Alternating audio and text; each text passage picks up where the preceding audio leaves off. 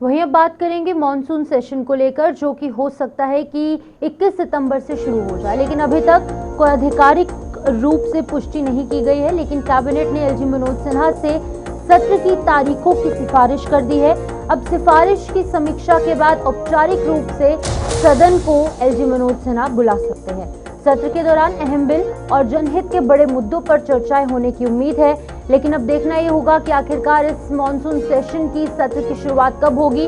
लेकिन अभी तक जो तारीख सूत्रों के हवाले से सामने आई है वो 21 सितंबर है, लेकिन अभी तक कोई स्टैंप नहीं लगी है। जम्मू कश्मीर विधानसभा का सत्र 21 सितंबर से बुलाए जाने की संभावना है। खबरों के मुताबिक कैबिनेट ने उपराज्यपाल मनोज सिन्हा को प्रस्तावित तारीखों की सिफारिश की है। सूत्रों के अनुसार ये सिफारिश मुख्यमंत्री उमर अब्दुल्ला की अध्यक्षता में हुई कैबिनेट बैठक के दौरान की गई। अब उम्मीद ये है कि उपराज्यपाल कैबिनेट की सिफारिश की समीक्षा के बाद औपचारिक रूप से सदन को बुलाएंगे। जम्मू कश्मीर पुनर्गठन अधिनियम यानी कि रीऑर्गेनाइजेशन एक्ट 2019 के अनुसार विधानसभा के एक सत्र की आखिरी बैठक और अगले सत्र की पहली बैठक के बीच का अंतर 6 महीने से ज्यादा नहीं हो सकता, क्योंकि पिछला सत्र 4 अप्रैल 2026 को खत्म हुआ था। इसीलिए विधानसभा की बैठक 3 अक्टूबर 2026 को या उससे पहले होनी जरूरी है। अब विधानसभा का सत्र 2 फरवरी को शुरू हुआ था।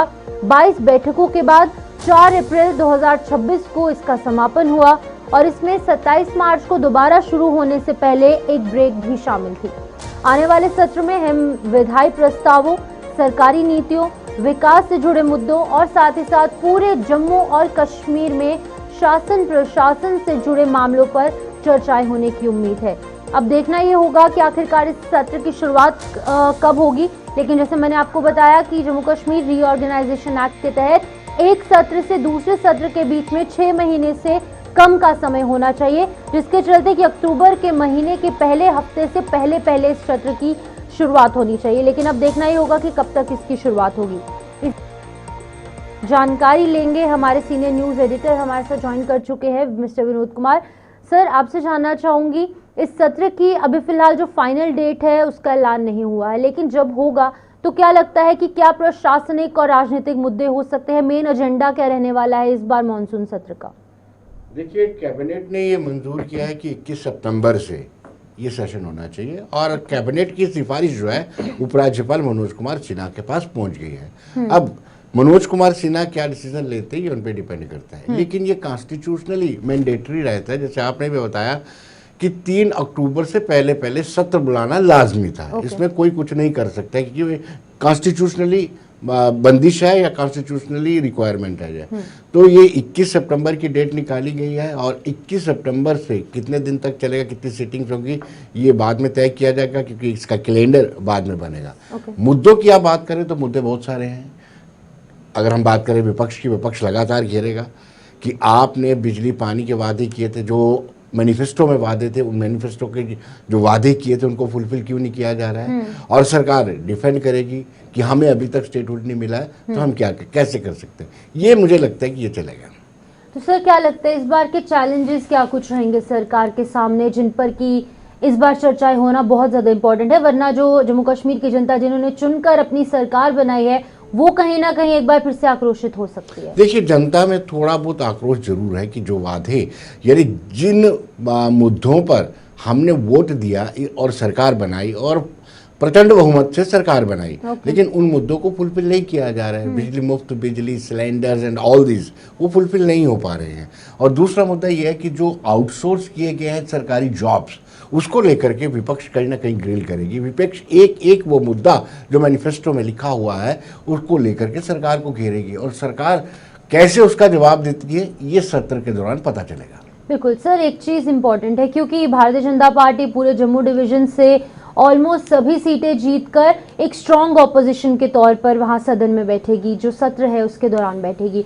अब क्या लगता है कि विपक्ष ने किस तरीके से तैयारियां की हैं और क्या कुछ इंपॉर्टेंट उनके मुद्दे हो सकते हैं जिसके चलते वो सरकार को घेरेंगे? देखिए, विपक्ष पूरी तरह से तैयार है। विपक्ष के पास एन नंबर ऑफ इश्यूज हैं जिनको लेकर के वो सरकार को ग्रिल्ड कर सकता है। लेकिन अब देखना है कि सरकार अपने आप को कैसे डिफेंड करती है।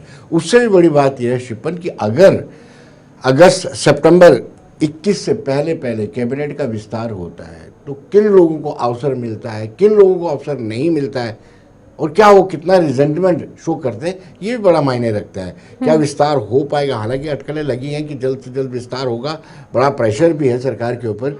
विस्तार के बाद बड़ी सारी परिस्थितियां बदलेंगी। सर एक लास्ट कमेंट आपसे लेना चाहूंगी।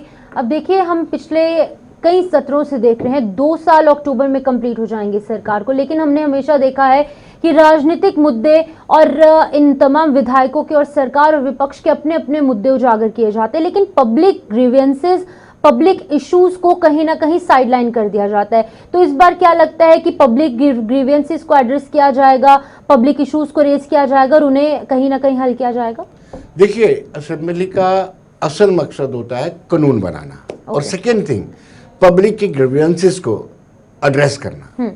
और मुझे लगता है कि कोई भी विधानसभा हो, कोई भी सरकार हो, वो चाहेगी कि पब्लिक के इश्यूज जो हैं वो उनको एड्रेस किया जाए।